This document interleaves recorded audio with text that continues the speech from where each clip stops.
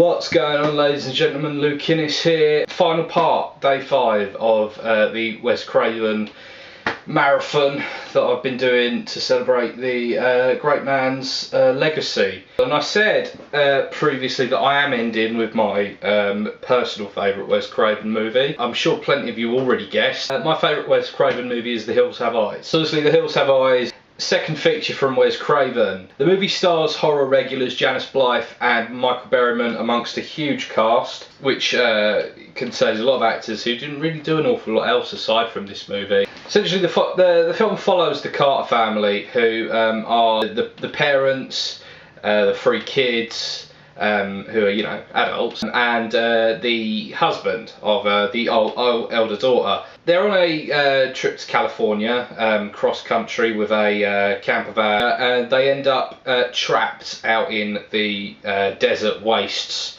of America on the way there. While they're out there, they are hunted and picked off by a family of inbred, possibly nuclear affected cannibals. The Carter family essentially have to fight for survival against this kind of mirror image of themselves, a kind of dark and twisted version. I guess the first thing that I really love about this movie is the marked evolution that this kind of shows in American horror onwards from a fairly similar film, The Texas Chainsaw Massacre. You know, the premise when you look at it is very simple and very similar. The thing that is really interesting about The Hills Have Eyes, to build on that formula, is that it's much more cinematic. Yes, this is still a low budget production, but instead of the sort of verite styling of Texas Chainsaw, this movie kind of feels cinematic. You know, it doesn't feel like reality. Well, it does feel like reality, but it's kind of a little bit removed from reality.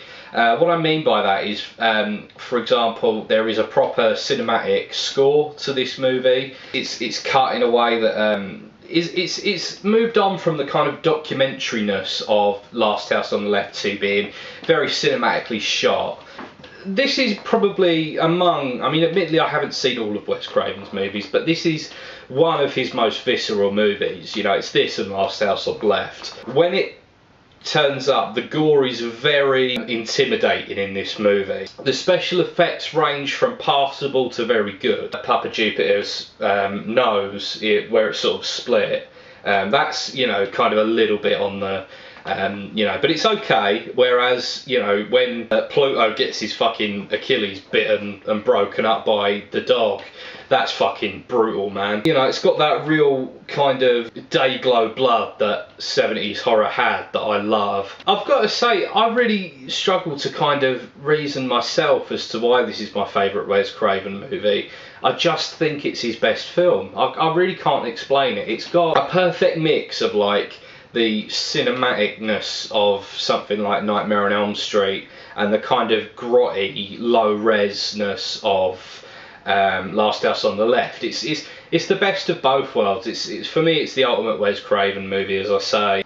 You know, there are things that you can pick apart about the movie. The pace is a little bit uneven in spots. I mean, generally it's okay though. It's kind of divided into 2 acts. There's the kind of the act where, you know, the first act where the family are trapped out in the desert, they're being tracked and being watched. You see a lot of it from the point of view of the eyes of, you know, the family of cannibals.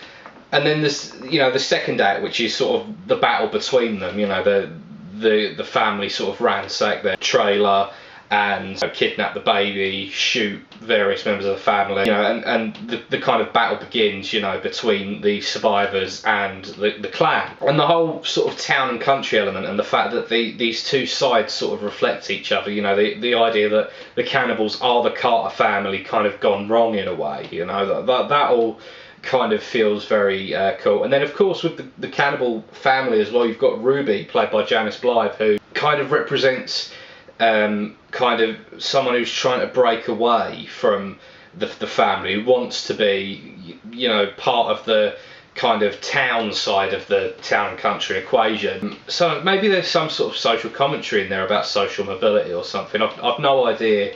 I really should look at it a bit closer. All I know is that this is Wes Craven's best movie and the one that I enjoy the most, the one that scares me the most. I've already reviewed the remake of this movie. I'll leave a link to that in the description. That's actually my most popular review that I've done on YouTube. So you know, maybe you've probably seen it already if you're looking at this, but yeah, I'll leave a link to it in the description. I've got a lot of problems that I raised with that film in that review, so go and check that out. If you like it when I bitch about stuff, check that out.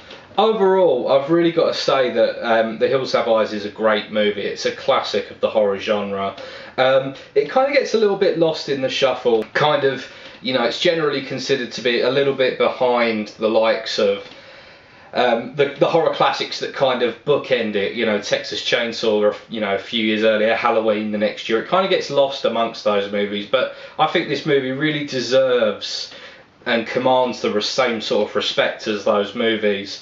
Yeah, I think The Hills Have Eyes is a great movie, and I'm more than happy to give this film a 9 out of 10 score. Yeah, my favourite Wes Craven movie to wrap up this week of Wes Craven movies that I've been doing to celebrate the great man's life and legacy. Thank you very much for watching, ladies and gentlemen. Please do like, comment and subscribe, all of that good stuff. There is a link to my podcast in the description. It's called Imecast. If you're into music, you've got to check it out. It's fantastic. And I'm not just saying that, it really is. Hopefully I'll see you again very soon.